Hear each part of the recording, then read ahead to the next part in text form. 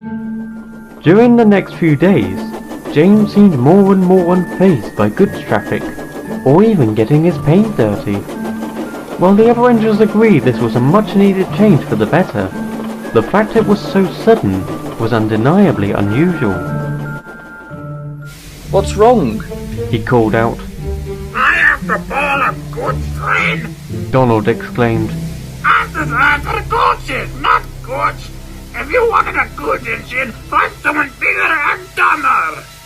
Rubbish, Donald, Replied his driver firmly. you're a goods engine. Now come on. Donald scowled at his driver, but reluctantly went off, leaving Henry very confused.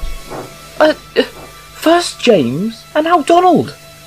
What's this going on?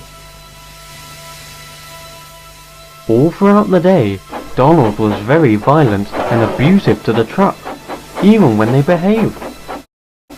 As for Douglas, he was different too, as Henry found out later that day at Tidmouth. What was that? Asked Douglas in alarm, as he heard some trucks bumping into each other. Calm down, Douglas. Puffed Henry. It's only Dirk. Douglas, do you know why Donald and James are acting so strange lately? And for that matter, what's up with you? I didn't think an engine shunting would alarm you like that. Sorry about that. I've always been nervous. Said Douglas simply.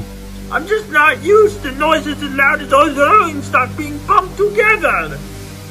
Henry was baffled, but before he could question Douglas further, the Scottish engine had to leave with another goods train. As he left, Henry watched on, unsure what to think. James's sudden change was at least a positive one, but as for the Scottish twins, they felt like completely different engines. Exactly what he was thinking. If you still don't believe what the engine is saying, how do you explain that over there? His eyes turned to his left. James looked over to what he was referring to.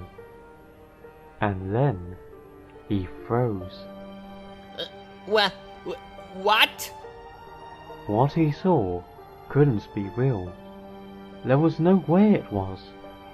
There, on the ground alone, stood the rusted remains of a diesel, the same kind as the ones that stood before him. It was faceless, had no wheels or buffers.